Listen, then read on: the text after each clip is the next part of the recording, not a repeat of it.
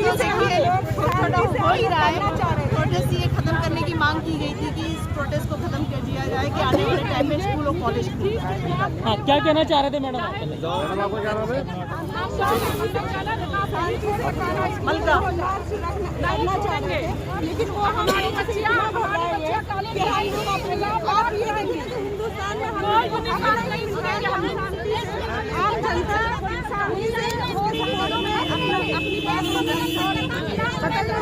Permission मिलने के बावजूद इसको कैंसिल कर दिया जाए। कल भी कल वो पॉलिटिशियन हाँ ये नहीं पहनना है, वो नहीं पहनना, ऐसे थोड़ी होता है। दुनिया जब से चली है तब से हिजाब उतरा, हिजाब चलता आ रहा है। आज हमारी सरकार कहाँ है? औरत के डर से फोर्स भर दिए, ऐसे नहीं होता है।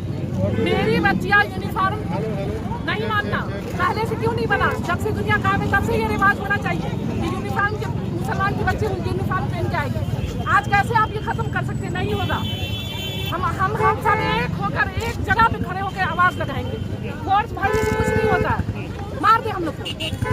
लेकिन दुनिया कायम जब से है तब से हम लोग हिजाब लगाए हैं। आज कोई उतरवा के दिखा दे तब हम देखते हैं, हम नहीं उतारेंगे हिजाब। किसी भी वक्त सड़क पे क्यों उतरना जब मामला कोर्ट में है पूरा?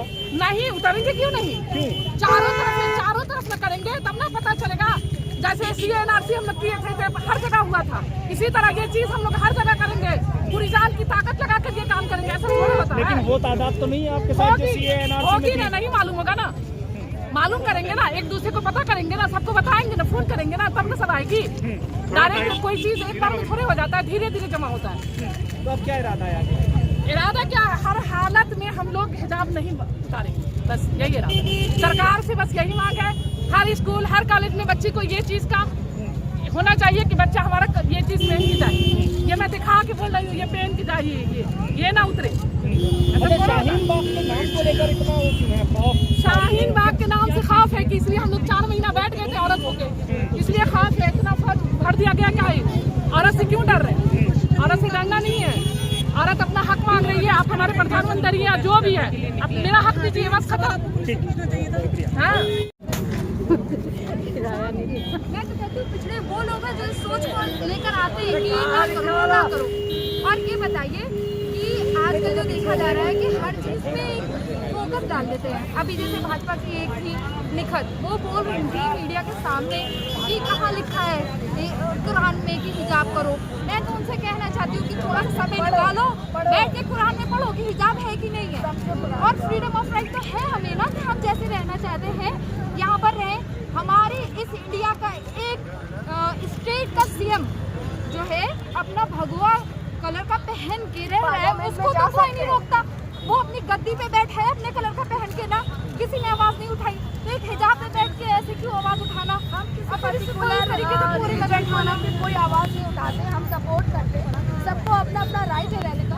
लेकिन हमारे साथ हमारी बात पूरी करने दीजिए। एक्स प्रेसिडेंट जो रही है प्रतिभा पाटिल, कैसे रहती थी, देखा हमें कोविड आया है, सब लोग वादा करते हैं। तो आपको आज पुलिस तैनात की गई है, बल तैनात किया गया है आपके लिए? रोकने के लिए, मेरी आवाजें बंद करने के लिए